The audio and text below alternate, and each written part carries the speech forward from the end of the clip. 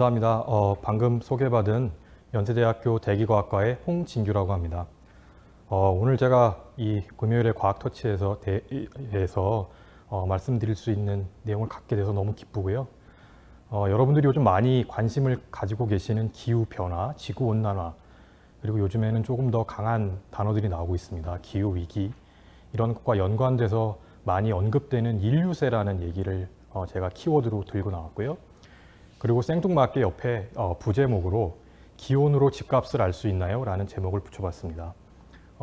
인류세라고 하는 것은 아직 국제층수학회에서 공식으로 명명된 이름은 아니지만 굉장히 많은 사람들이 지금 관심을 갖고 부르고 있는 이름이고요. 인간이 우리 지구 환경에 많은 영향을 미쳤다는 뜻을 보통 나타내는 큰 단어로 사용됩니다. 근데 옆에 있는 기온과 집값은 무슨 상관이 있느냐? 인류세의 어떤 대표적인 예라고 할 수 있습니다. 집값이라고 하는 것, 우리의 사회 경제적 활동과 연관되어 있고요. 그런 사회적 우리 인간의 사회 활동이 주변에 있는 기온에 영향을 주는 굉장히 인류세다운 어떤 지표라고 할 수 있습니다. 그런 것에 대해서 오늘 여러분들한테 최대한 차분차분 설명을 해보도록 하겠습니다. 먼저 제가 말씀드린 것처럼 기온을 보면 집값이 보인다? 물음표 담아놨는데요. 제가 오늘 말씀드릴 내용 중에 지금 오른편에 있는 거는 지금 전 지구의 기온입니다. 보시면 아시겠지만 1950년 이후에 급격하게 온도가 상승하고 있는 것을 알 수 있습니다.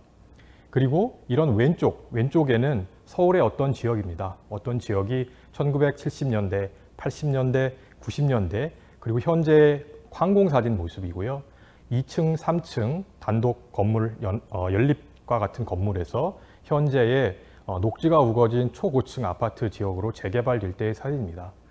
이런 어떤 재개발 과정, 도시의 개발 과정이 과연 저런 온도의 자료에 포함되어 있다면 우리가 온도만 가지고도 도시가 온도를 측정하는 곳의 주변에 도시가 어떤 특징을 갖고 있는지 알 수 있을 것 같습니다. 결국에는 기온이라고 하는 것이 집값과 굉장히 상호 관계가 있다는 것을 여러분들이 알고 계시면 좋을 것 같습니다. 시작하기 전에 제가 그 김춘수님의 꽃이라는 시를 들고 왔는데요.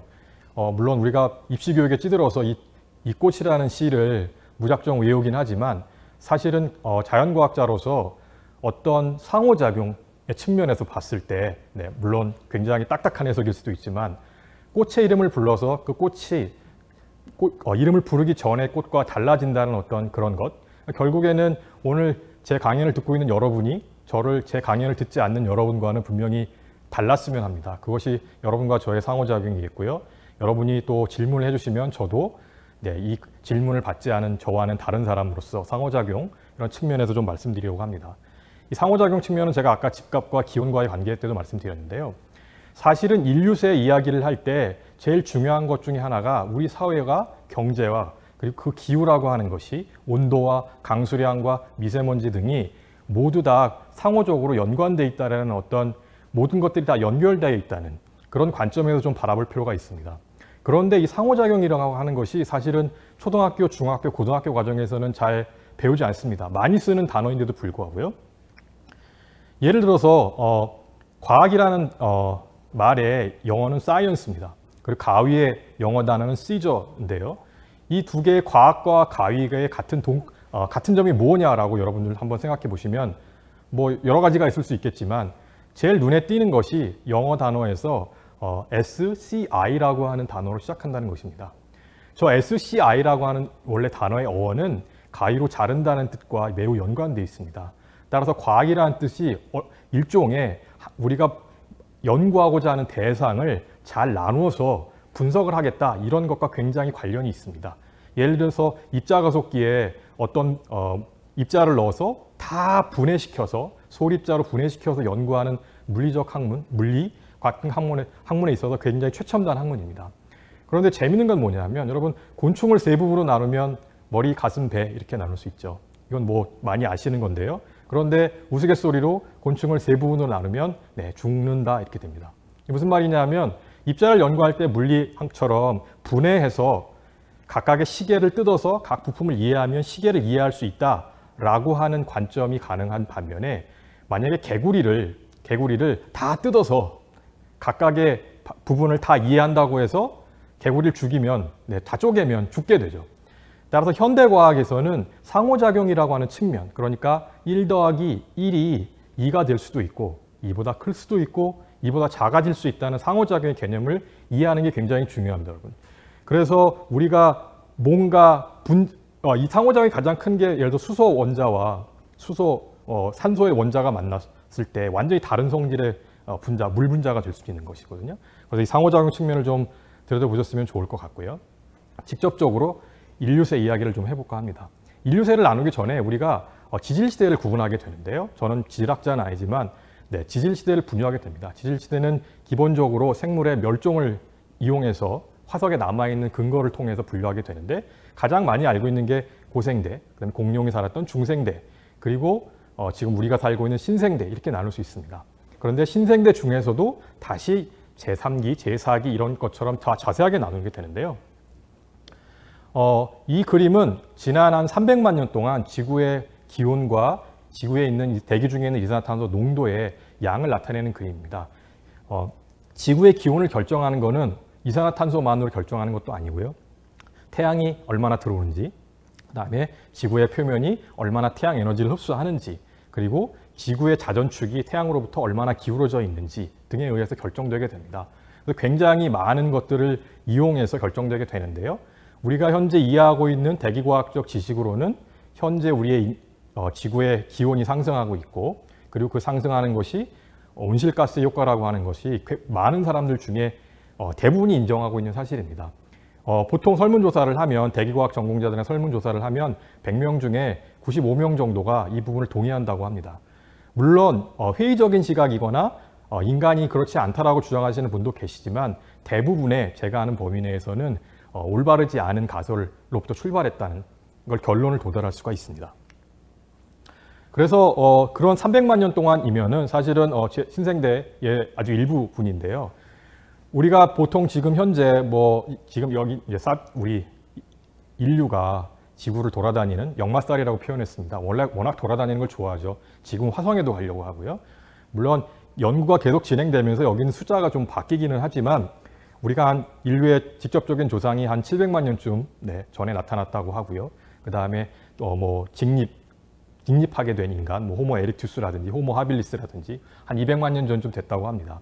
그 중에 많은 호모의 여러 가지 종류 중에 이제 오직 남아있는 이제 종이 호모 사피엔스 우리죠.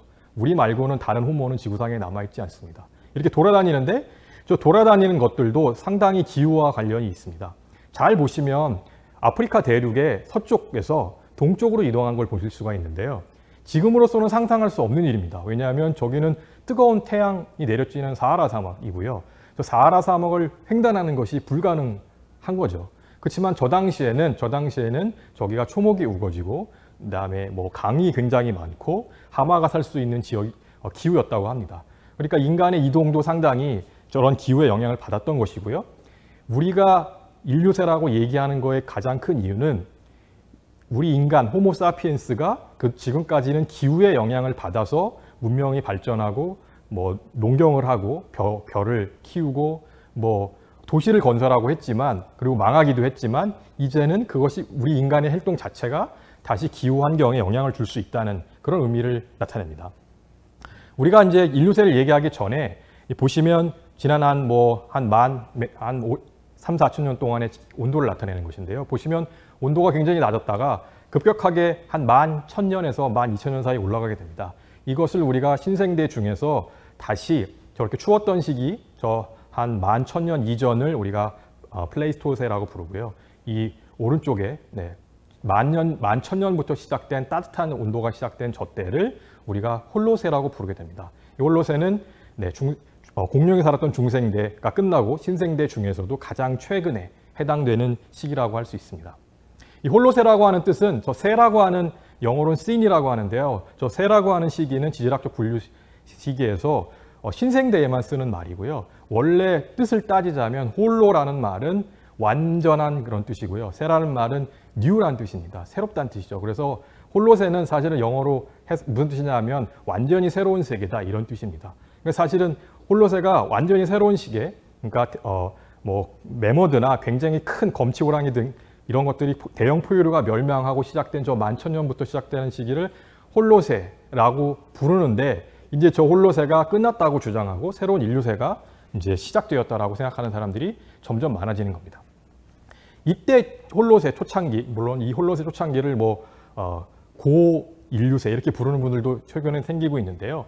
저렇게 기온이 따뜻해지면서 식량 재배가 가능해지고 그 다음에 신석기 혁명, 우리가 역사 시대에 배우는 역사나 세계 시간에 배우죠.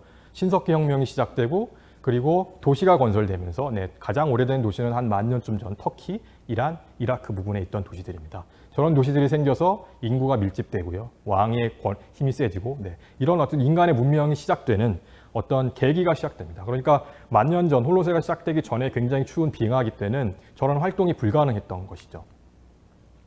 그런데 기후변화를 조금 더 들여다보면은 지금은 중세입니다. 중세 때 보면은 중세 때 굉장히 따뜻한 시기가 있었고요. 한 1000년 전쯤 되겠죠. 한 8세기, 9세기 이 정도 굉장히 따뜻했다가 그리고 갑자기 추워집니다. 추워지는데 그냥 추워졌구나. 이렇게 생각하실 수도 있는데요. 어떤 학자들은 우리가 병자호란이라는 어떤 전쟁을 겪게 됩니다. 조선시대 후기에. 그때 만주족이 남쪽으로 남하하면서 전쟁을 일으키는데 그것은 저렇게 추웠던 중세시대의 소빙하기 때 먹을 것이 없어져서 먹을 것을 찾아서 전쟁을 일으킨 거다라고 하는 가설을 세운 학자들도 있습니다. 현재도 기후온난화나 식량 문제로 인해서 많은 전쟁과 이런 것들이 일어나고도 합니다. 실제로 계속 말씀드리지만 이런 기후나 환경의 변화가 우리 인간에 여러 가지의 영향을 주는데요. 이 왼쪽에 보시는 그림은 고딕 양식과 바로크 양식에 해당됩니다. 그래서 고딕 양식과 바로크 양식을 잘 보시면 두 개의 굉장히 큰 차이점이 뭔지 여러분이 금방 발견하실 수 있을 것 같은데요. 한쪽은 건물 전체가 창문으로 덮여 있고요. 한쪽은 건물이 모두 창문 없이 막혀 있습니다. 이게 무슨 뜻이냐면은 따뜻했던 시기에, 중세 시기에 따뜻할 때는 열을 배출하기 위해서 저렇게 창문이 많이 달려있는 건물을 지은 것이고요. 추워진 다음에는 열을 보존하기 위해서 창문이 없는 건물. 근데 굉장히 아주 하나의 어떤 원인으로 모든 걸 다 설명할 수는 없지만 사람의 삶이라고 하는 것이 굉장히 지구의 환경 변화와 기후 변화에 영향을 받으면서 우리가 자연은 거스릴 수 없는 존재다라는 어떤 암묵적인 어떤 생각들을 가지고 진행이 된 것입니다. 그리고 이 그림도 우리 그림에 반영된 것들인데요. 왼쪽과 오른쪽 그림은 성경에 나오는 예수의 탄생을 묘사한 그림입니다. 똑같은 주제이고 똑같은 화가가 그림인데요. 하나와 두 개의 차이점은 불과 몇 년 사이 차이에 그린 그림입니다. 이 그림에서 오른쪽에 있는 그림은 사실은 거의 원근법의 시초라고 생각하는 그림 중에 하나인데요.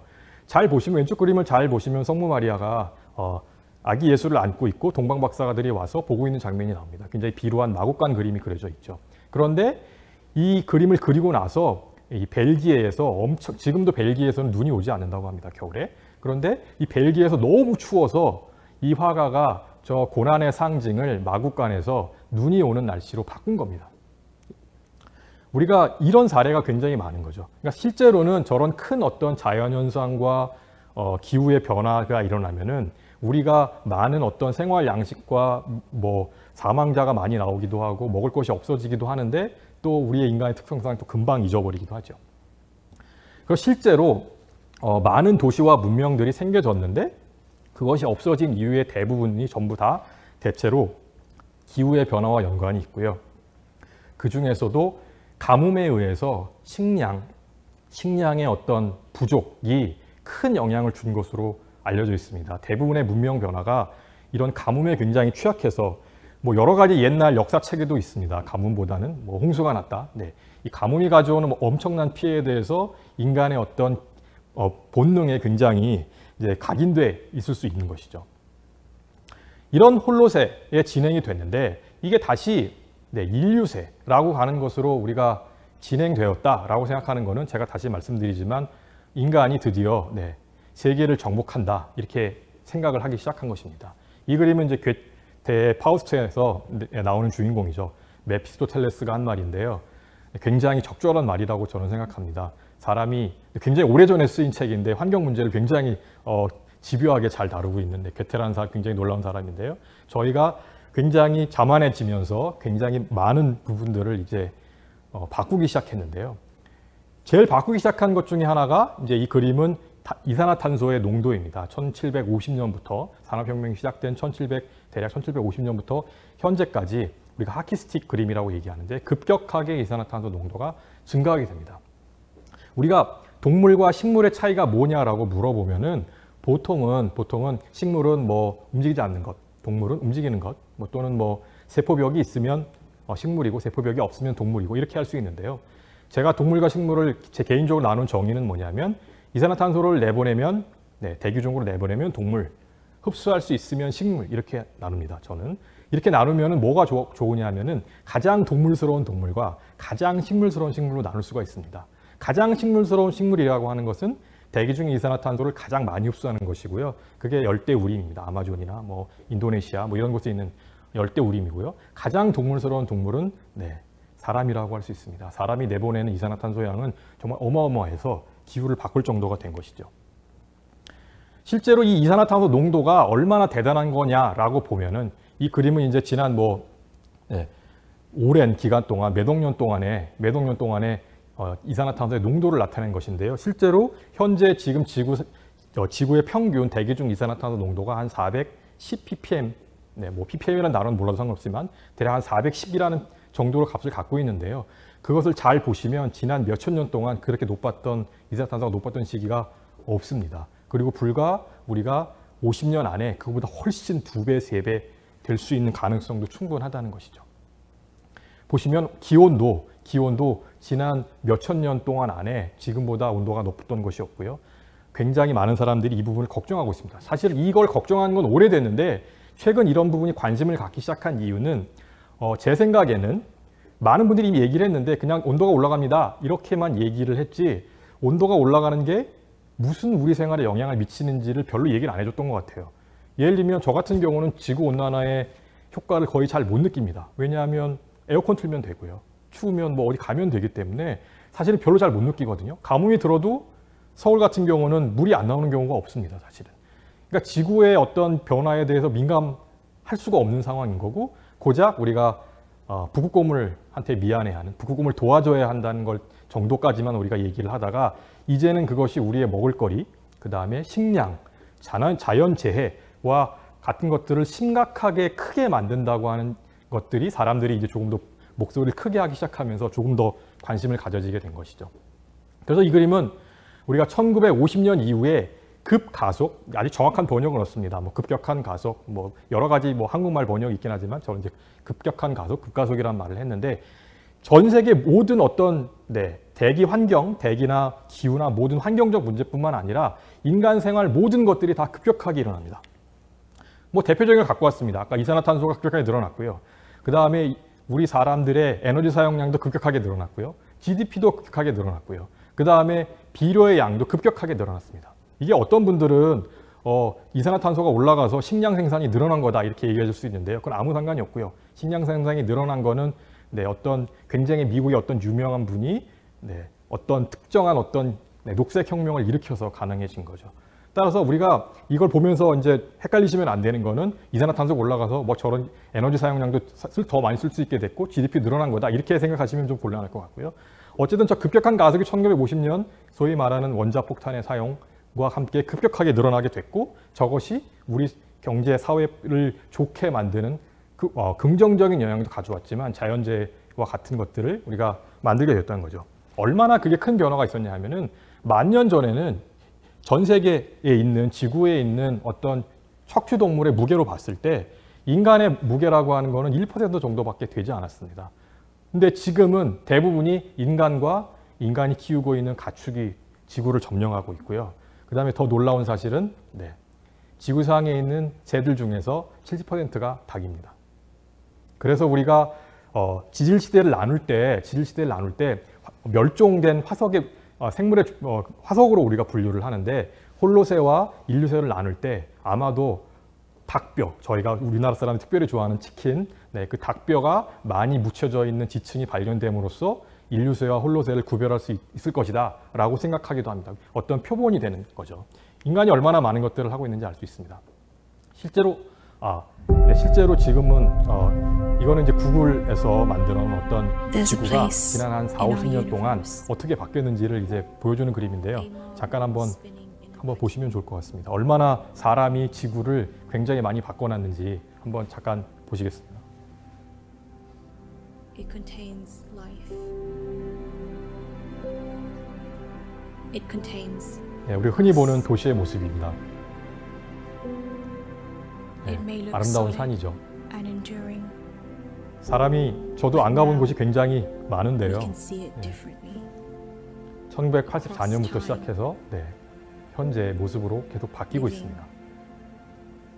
주변에 늘어나는 어떤 사람의 효과 이런 것들을 보시면 사람이 얼마나 지금 지구라고 하는 것을 바꾸고 있는지 금방 깨달으실 수가 있을 것 같습니다. We can see that we, 새롭게 건설되는 도시들이죠. 네.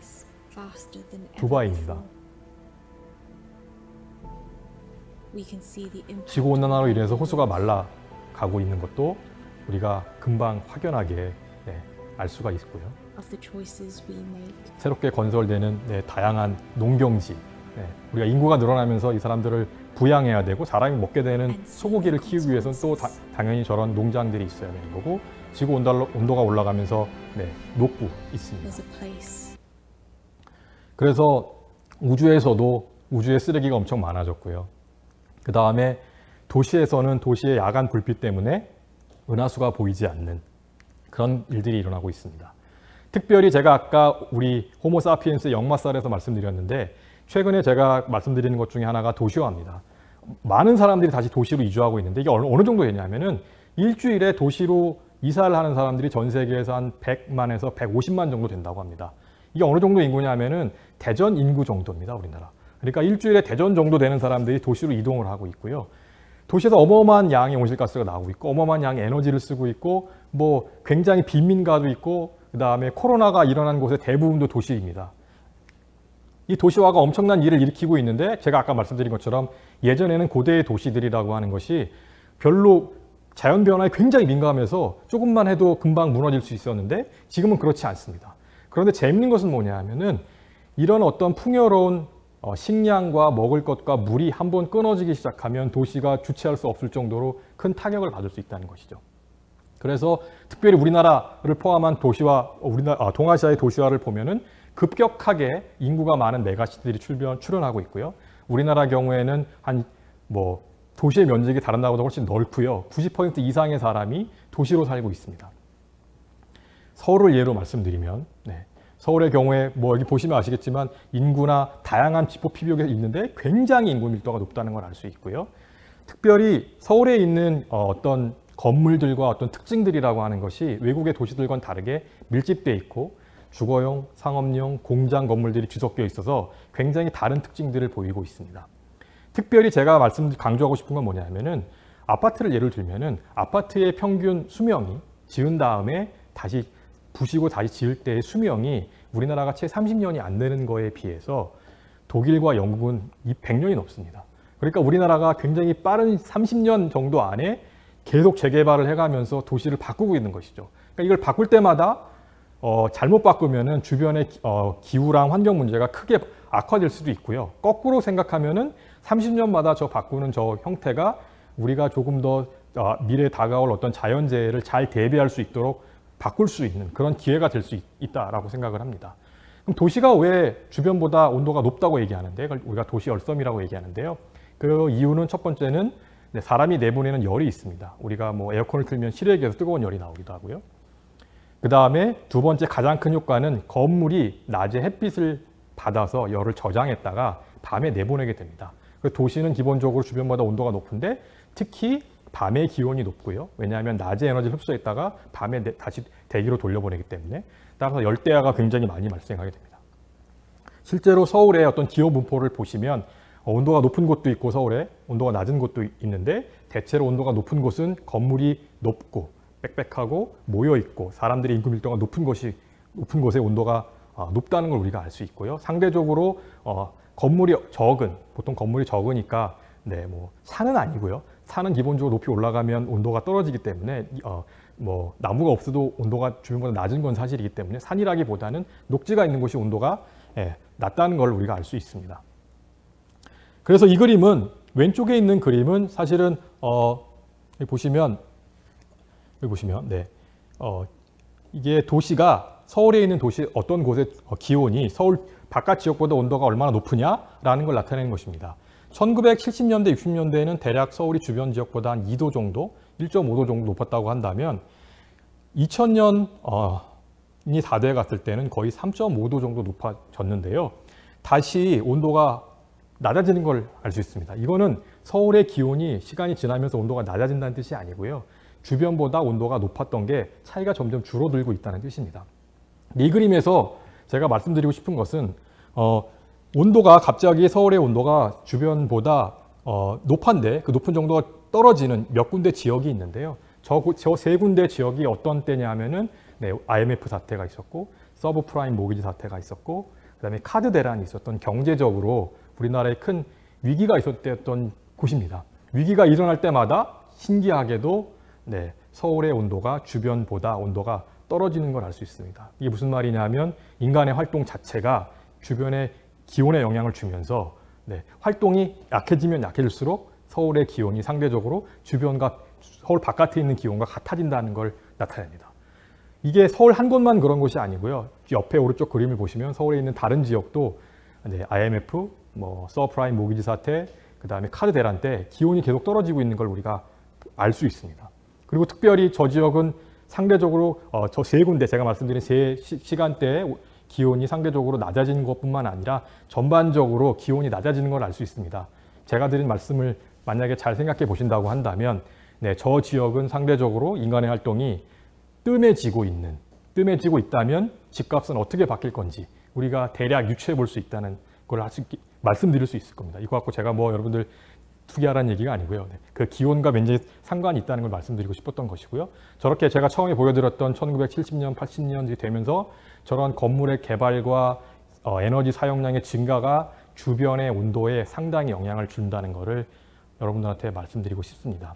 실제로 개발 전과 후에 왼쪽 그림을 보시면 개발 전과 후의 일변화, 기온의 일변화를 봤을 때 낮 최고 기온은 별로 변하지 않았지만 밤에 최저 기온이 상당히 개발 후에 올라가는 걸 알 수 있습니다.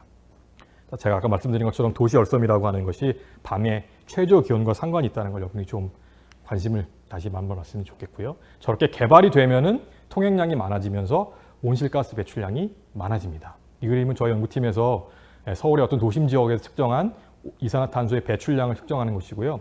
가장 눈에 띄는 것이 이제 M자 형태의 M자 형태의 이산화탄소 배출량을 보시고 계신데 저 M자 형태는 기본적으로 모든 나라에서 나오는 이산화탄소 배출량입니다. 왜냐하면 아침에 출근 시간, 저녁에 퇴근 시간에 자동차 통행량이 많아지면서 그때 이산화탄소 배출량이 많아진 것입니다. 우리나라가 외국과 좀 다른 특징은 저 M자 커브가 있는데요. 올라갈 때 아침에는 빨리 올라가죠. 그런데 저녁에 내려갈 때는 천천히 내려갑니다. 퇴근 시간이 늦어져서 늦게 퇴근하는 사람도 외국에 비해서 많다는 것을 우리나라 사람들이 얼마나 부지런한지 저 그림에서 알 수 있습니다. 그래서 이렇게 인간이 굉장히 많은 어떤 지구 환경 변화에 영향을 주고요. 소위 말하는 거의 신처럼 된 이런 것처럼 되고 아무런 문제가 없는 것 같은데 문제가 뭐냐라고 얘기하면은 가장 최근에 이제 얘기하는 것이 뭐냐면 위험 한계라는 게 있습니다. 그게 뭐냐면 마치 왼쪽에 있는 저 배를 타고 가는 사람처럼 그냥 잔잔한 물결에 따라서 즐겁게 노래 부르면서 배를 타고 내려가는데 사실은 앞에 절벽이 있는 거죠. 저 절벽을 넘어가는 순간 저 사람은 문제가 생기겠죠. 그러니까 우리가 마치 우리가 어떤 책에 보면 탄광 속의 카나리아라는 얘기를 하는데요. 예전에 탄광 속에 들어가는 광부들이 갱도가 무너질지 안 무너질지를 알기 위해서 되게 예민한 카나리아라는 새를 들고 왔다고 합니다. 그래서 카나리아가 문제가 있다고 신호를 주면 도망가는, 빨리 대피하는 거였는데요. 여러 가지 한 9가지 측면에서 봤을 때 인간이 어떤 자연을 변화시키도록 강요한 것들, 아까 급가속이라는 말씀을 드렸는데 비료라든지 기온이라든지 성층권 파괴라든지 생물 다양성이라든지 이런 측면에서 저 선을 넘어가고 있는 것 같다라고 사람들이 생각하는 것이고요. 따라서 기온의 변화뿐만 아니라 그와 직간접적으로 연관된 것들에 의해서 식량, 물 이런 것들에 급격한 문제가 일어나고 난민이 일어날 수도 있고 이런 것들을 이제 경고하고 그런 것들입니다. 실제로 이 그림은 옛날 사람들이 그린 벽화 그림인데요. 잘 보시면 왼쪽에 보시면 하마도 있고요. 그다음에 배를 타는 사람들도 있고, 네, 뭐 소들도 있습니다. 근데 이게 사하라 사막에서 있는 데서 만들어진 그림인데 실제로 보면은 지금 아래쪽에 있는 게 현재의 사하라 사막이고요. 왼쪽 위에 있는 것이 한 10,000년 전쯤에 사하라 사막을 재현해낸 것입니다. 호수도 굉장히 크고요. 차드 호수라고 하는데 그 차드 호수뿐만 아니라 되게 큰 호수들이 굉장히 큰 호수들이 있었는데 저런 녹지가 불과 100년, 200년 사이. 우리가 한 세대를 한 30년이라고 친다고 보면 네, 할아버지 때는 녹지였는데 네, 손자 때는 녹지가 없어지는 급격한 변화가 일어날 수도 있다고 사람들이 이제 우려를 하고 있는 것이죠. 그래서 많은 사람들이 걱정을 하고 있습니다. 저렇게 되면 안 되니까 우리가 누리고 있는 것들을 우리 후손들한테도 똑같이 누렸으면 좋겠다. 그게 우리가 소위 말하는 지속 가능성이라고 하는 단어인데요. 물론 굉장히 복잡하게 설명할 수 있지만 그런데 그게 가능한 거냐? 그럼 어떻게 해야 되느냐? 기후변화를 완화. 그러니까 어떻게든 좀 인간의 효과를 좀 없앨 수 있는 방향이 뭐냐? 그리고 우리는 어떻게 이런 바뀌는 사회에 적응을 해야 될 것이냐? 그리고 이거를 완화시키고 적응할 수 있는데 과학은 어떤 역할을 해야 되느냐? 많은 사람들이 관심을 가지고 있고 우리가 유엔과 같은 곳에서 네, 특히 우리나라에서도 이런 문제를 제기했습니다. 그러니까 현대와 같은 우리가 누리고 있는 호모사피엔스가 누리고 있는 혜택을 우리 후손들도 누리게 하기 위해서는 그런 지속 가능한 게 위해서는 무엇 분야에서 무엇을 해야 되겠다라고 얘기하는 것이고 그것이 우리가 인류세라는 우리가 지금 현재 살고 있는 시대를 인류세라는 이름을 붙인 것과 동시에 제가 아까 꽃이라고 하는 시를 말씀드린 것처럼 붙이면서 우리의 어떤 생활을 되돌아보게 하는 그런 것들을 말씀드릴 수 있겠습니다. 그래서 인간이 마치 지금 굉장히 대단한 거라고 생각을 하고 있어서 이런 기후변화를 바꾸기 위해서 굉장히 많은 노력들을 합니다. 예를 들면 뭐 성층권에 햇빛을 반사시킨다든지 먼지를 뿌린다든지 뭐 바이오차라고 해서 새로운 뭘 만든다든지 그다음에 바다에 비료를 줘서 식물성 플랑크톤을 굉장히 활발하게 해서 대기 중 이산화탄소를 없앤다든지 많은 것들을 시도하고 있습니다. 그런데 현재의 기술이 우리가 내보내고 있는 점점점 해마다 더 많이 내보내고 있는 온실가스의 효과를 상쇄시킬 만큼 되느냐라고 물어봤을 때 많은 사람들이 굉장히 의문점을 표시하고 있는 것이죠. 그 중에 하나가 나무입니다. 우리나라에서는 약간 나무에 대한 신화가 있는데요. 나무는 기본적으로 나뭇잎 뒤에 있는 기공에서 대기 중에 이산화탄소를 빨아들인 다음에 그걸 이용해서 광합성을 해서 살아가게 되는데 실제로 나무 입장에서 보면 먹을 것이 많아지는 겁니다. 대기 중에 이산화탄소가 점점 농도가 올라간다는 거는 300, 400, 500 이렇게 올라간다는 거는 먹을 것이 많아지는 건데요. 이 나무가 저 있는 사람처럼 먹을 게 많이 있으면 어떤 사람은 계속 먹어서 튼튼해지고 키가 자라고 몸무게가 늘어날 수도 있지만 어떤 사람은 계속 먹으면 비만이 걸려서 죽을 수도 있습니다.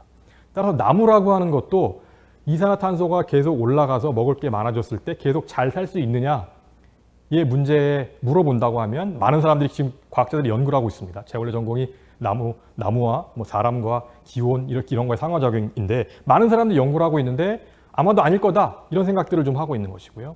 나무가 얼마나 대단하냐 하면은 빛을 아끼기 위해서 나무 꼭대기에 있는 나뭇잎은 굉장히 작고요. 나무 아래쪽에 있는 나뭇잎은 굉장히 큽니다. 왜냐하면 나무 꼭대기에 있는 나뭇잎이 굉장히 크면 걔가 햇빛을 다 받아서 아래쪽에 있는 나뭇잎이 햇빛을 못 받거든요. 따라서 반대로 합니다.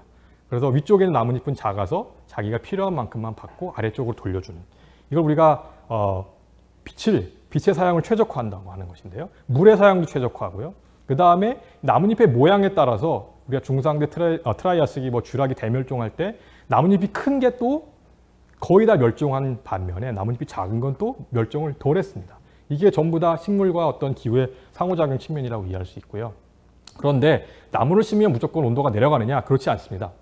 왜냐하면 나무를 심으면 얘가 증산을 해서 온도를 떨어뜨리는 효과도 있지만 증산을 하게 되면 대기 중에 이산화탄소 농도가 올라가기 때문에 습도가 올라가게 되고요. 습도가 올라가게 되면 불쾌 지수가 올라갈 수도 있습니다. 그리고 나무는 햇빛을 많이 흡수하기 때문에 햇빛을 많이 흡수할수록 주변의 온도가 올라갑니다. 그리고 바람이 약해지게 됩니다. 장애물이 있기 때문에 바람이 약해지면 혼합이 약해져서 먼지나 이런 것들이 농도가 높아지게 됩니다. 이런 걸 우리가 다 고려하느냐. 실제로 아주 오래된 연구지만 2000년대 초반 연구지만 나무를 심었을 때 온도가 올라갈 거냐 내려갈 거냐를 계산해 봤는데 이 그림 잘 보시면 우리나라는 나무를 심으면 온도가 올라갈 것 같네 라고 주장하고 있습니다. 물론 옛날 연구라 계속 바뀌고 있습니다. 그러니까 우리가 어떤 나무의 종류를 어떻게 심느냐에 따라서 굉장히 다를 수 있다는 것을 여러분들이 좀 이해했으면 좋겠고요. 이 연구는 저희 연구팀에서 서울숲이라는 곳에서 있는 나무가 얼마나 대기 중에 이산화탄소를 흡수하는지 보여준 그림인데요. 왼쪽 오른쪽 모두 세 개의 다른 도시들에 있는 나무들과 비교한 것인데요. 왼쪽을 보시면 표시되어 있는 세모로 표시되어 있는 여기 SFP라고 되어 있는 이 세모로 표시되어 있는 저 지역의 이 서울숲입니다. 다른 도시보다 광합성을 굉장히 많이 한다는 걸 알 수 있습니다. 좋은 겁니다. 나무를 별로 많이 심지도 않았는데 관리도 잘 돼 있고요. 가뭄의 효과도 별로 안 느껴서 가뭄이 온 해에도 굉장히 광합성을 많이 해서 대기 중 이산화탄소를 많이 흡수했습니다. 광합성으로. 그런데 나무도 호흡을 하게 되는데 나무의 호흡과 토양의 미생물이 한 호흡을 모두 빼서 실제로 저 서울숲 전체에서 얼마나 이산화탄소를 흡수했느냐라고 해보면 오른쪽 그림인데 다른 도시와 별 차이가 없습니다. 그러니까 광합성만 많이 해서 대기 중에 어떤 효과를 한 게 아니라 토양에 있는 미생물 관리도 해줘야 되고 토양의 미생물이 먹을 수 있는 탄소의 양이라든지 유기물이라든지 이런 것들을 우리가 잘 관리해야만 실제로 이 나무가 대기 중의 이산화탄소를 흡수하면서 그리고 기온도 낮출 수 있습니다. 우리나라 저 서울숲의 경우에는 기온을 어느 정도 낮춘다고 보고는 하고 있지만 어떤 수종의 어떤 물을 어떻게 관리하고 어떤 지역의 특성을 반영해야 되는지 아직 연구해야 되고 갈 길이 멀죠. 실제로 그러면 우리가 미래는 밝으냐 우울하냐 라고 물어보면 저 팩트풀리스라는 유명한 책입니다. 책에 보면 굉장히 긍정적으로 보고 있고요. 제가 최근에 어디 가서 리뷰한 책이죠. 거주불능 지구. 이것도 굉장히 유명한 책이 된 것 같습니다. 저 책에서는 완전히 어둡게 보고 있습니다. 이건 사실은 현재 많은 사람들이 긍정적이 될 거냐 부정적이 될 거냐는 현재 우리의 선택에 달려 있다라고 얘기를 합니다. 그런데 저는 개인적으로는 굉장히 무서운 말인데요. 토인비라고 하는 유명한 역사학자가 한 말입니다. 역사를 돌이켜보건대 인류의 문명은 대부분 자살의 형태로 멸망한다. 결국에는 아무런 준비 안 하고 스스로 자기가 죽으러 가는 길을 선택했다. 굉장히 무서운 말이고요. 실제로 우리가 기후가 바뀌고 인간의 행동에 의해서 많은 사망자가 난 그런 경우들이 많이 있습니다. 예를 들면 감자의 품종을 단일화해서 병충해 때문에 아일랜드 대기근이 일어나고 많은 사람들이 죽은 그런 얘기들이 우리가 인류 역사에 너무 많이 있습니다. 그래서 우리가 많은 분들이 이런 문제에 대해서 조금 더 물론 우리가 과학을 하고 있기 때문에 100% 맞아요 이렇게 얘기할 수는 없지만 현재 많은 분들이 이런 걸 걱정하고 있고요. 우리가 어떻게 해야 되느냐라는 것들을 우리가 좀 봐야 되는데 제일 중요한 거는 우리가 머리로 이해하고 그걸 마음에 와 닿아야 되고요. 그리고 실제로 발로 뛰어서 이 인간의 어떤 영향을 최소화할 수 있는 우리가 현재 누리고 있는 것들을 후세들에게도 넘겨줄 수 있도록 그런 발로 뛰는 그런 것들을 좀 해야 하지 않을까 싶습니다. 이상으로 오늘 말씀을 마치도록 하겠습니다. 감사합니다. 네, 좋은 강연을 해주신 홍진규 교수님 다시 한번 감사드립니다. 그럼 오늘 강연 중에서 좀 학생들이 궁금해할 수 있는 몇 가지 부분을 질문드리도록 하겠습니다. 아까 전 내용 중에서 이제 위험 한계라는 부분이 나왔는데 8가지 분야가 있다고 말씀을 해주셨는데 이 뉴스 기사에서 아주 큰 빙하가 떨어져 나오기도 하고 이제 되돌릴 수 없는 한계가 지났다라는 그런 뉴스들도 많이 나오는데요. 그 분야들이 좀 어떤 게 있고 가장 심각한 부분은 어떤 건지 설명 좀 부탁드리겠습니다. 아까 그 말씀들이 이제 위험 한계, 행성의 어떤 영어로는 이제 플래네터리 바운더리라고 되어 있는데요. 여러 가지가 있습니다. 과도하게 비료를 많이 사용한다든지 지구 온도가 너무 많이 올라갔다든지 이런 얘기가 있는데요. 방금 말씀하신 어떤 빙하가 녹는 것은 해수면을 상승시켜서 대부분의 도시가 바닷가에 위치하고 있습니다. 해수면이 낮은 곳에 위치하고 있기 때문에 해수면이 상승하면 많이 잠기는 거죠. 그러니까 어떤 분은 아니 해수면 잠기면 산으로 올라가면 되죠 이렇게 말씀하시는 분이 있는데 잠기면 도시만 잠기는 게 아니고요. 논도 잠기고요. 간척지도 잠기고 다 잠깁니다. 그리고 잠긴 것뿐만 아니라 홍수가 오면 더 높은 곳까지 잠기기 때문에 많은 심각한 문제를 일으킬 수 있는 것이고요. 거기 아까 말씀드린 8, 9가지 되는 것들은 아직 연구가 되고 있고 논란에 있는 것도 있지만 제일 중요하게 얘기하는 것들 중에 하나가 거기 보시면 이제 붉은색으로 넘어간 지역이 있는데 예를 들면 성층권 문제, 그다음에 지구 온도, 종다양성, 그다음에 질소 비료의 과다한 사용 이런 것들은 굉장히 이제 현계를 넘어가서 그 사용량을 다시 줄여도 제자리로 돌아가지 않을지도 모르겠다라고 걱정들을 하고 있는 거죠. 네, 감사합니다. 그리고 아까 강연 중에 이 인간의 활동들이 이렇게 이산화탄소 농도에 영향을 미치는 것 중에서 좀 신기하게도 IMF나 여러 가지 그런 도시 열섬 효과가 있었는데 지금도 현재 전 지구적으로 코로나 상황 때문에 인류의 활동들이 많은 제한도 있고 좀 전에는 없을 그런 상황들이 일어나고 있는데 이런 것들로 나중에 또 이런 상호작용과 관련된 연구가 나올 수도 있는데 혹시 교수님이 생각하시는 그런 방향이나 또 영향들이 있으신지 좀 궁금합니다. 이미 코로나 시작하자마자 전 세계 연구자들이 당연히 연구를 시작했고요. 이미 벌써 빠른 시일 내에 결과들이 나오고 있습니다. 예를 들면 코로나 이전과 이후에 미세먼지 양이 줄었다, 늘었다. 물론 찬성하시는 분도 있고 반대하는 분도 있습니다. 그게 인간의 활동이 줄었기 때문에 공장 가동률이 떨어지면 미세먼지를 일으킬 수 있는 물질도 적게 배출될 거고요. 그 다음에 실제로 최근 보고서를 보면 작년에 이산화탄소 배출량이 일부 줄었다라는 보고서도 있거든요. 따라서 우리가 벌써 이미 어떤 인간 활동과 관련된 많은 영향들이 온실가스 배출량이나 미세먼지 연구 이런 것들과 연관이 되어 있는지 벌써 시작들을 하고 있고요. 벌써 발빠르게 움직이고도 있습니다. 네, 감사합니다. 그리고 마지막 질문입니다.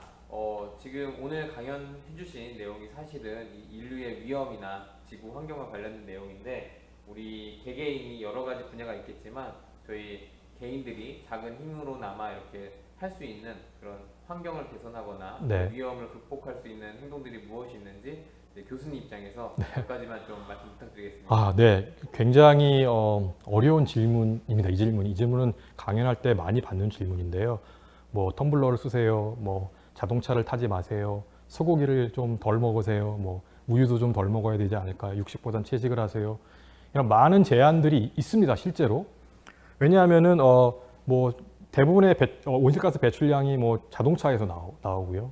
화석연료 사용 당연히 많고 그다음에 소를 키우기 위해서 필요한 곡물, 소가 곡물을 먹기 때문에 그 곡물은 어디서 재배해야 되는데 그 재배할 때 들어가는 물과 여러 가지 것들을 봤을 때 소고기를 먹지 마세요. 이런 얘기를 하는데 개인적으로는 당연히 개인적인 어떤 그런 일들을 해야 하지만 실제로는 개인의 역량을 이미 넘어가는 일들이 일어나고 있기 때문에 전반적으로 사회가 큰 어떤 전환점을 맞아야 한다고 생각합니다. 그러니까 내가 자동차를 안 타고 텀블러를 안 쓰고 그러면 개인적으로 나도 지구가 뭔가 좀 깨끗해지도록 일을 하고 있구나 라고 하는 어떤 만족은 얻을 수 있지만 실제로 그런 것보다는 우리 전체의 사회와 경제와 어떤 이런 것들을 한번 처음부터 다시 살펴보고 크게 바꿀 수 있는 어떤 것들이 필요하진 않는지 고민하고 함께 우리가 그런 얘기가 있습니다. 혼자 가려면 빨리 가고